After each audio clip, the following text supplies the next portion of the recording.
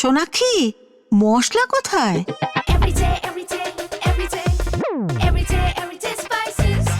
Everyday মশলা, দেশের স্বাদ।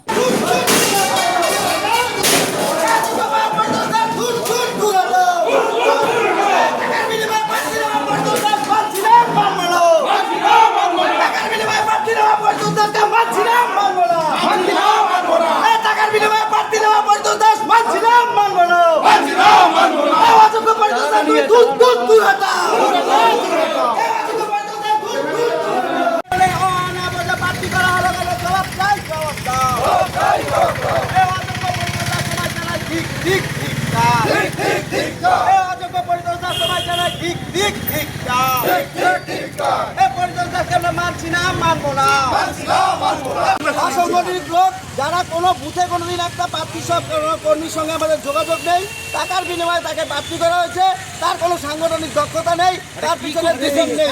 কাকে টাকা দিয়েছেন, কে টাকা নিয়েছে এটা বলে মনে হচ্ছে? টাকা কোথায় দিয়েছে জানি না, ওর কোনো সাংগঠনিক দক্ষতা না থাকার পরে, অসাংগঠনিক ব্যক্তি হওয়ার পরে কি করে প্রার্থী হয়? আমরা সবাই এখানে যারা আছি সবাই বিজেপি কাউ না কেউ কোনো না কোনো দায়িত্বে আছি।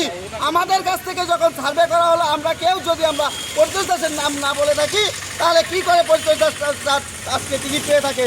তাই আমরা বলছি উনি টাকার বিনিময়ে প্রার্থী হয়েছে। আজ পশ্চিমবঙ্গে যদি বিজেপি কোনো কনফার্ম সিট থাকে, সেটা আলিপুরদুয়ার এবং ডাবগ্রাম ফুলবাড়ি। সেই আলিপুরদুয়ারের বুথে আমরা চাচ্ছি বুথের কোনো সাধারণ কর্মীকে দাঁড় করে দিক, তবু সে জিতে যাবে।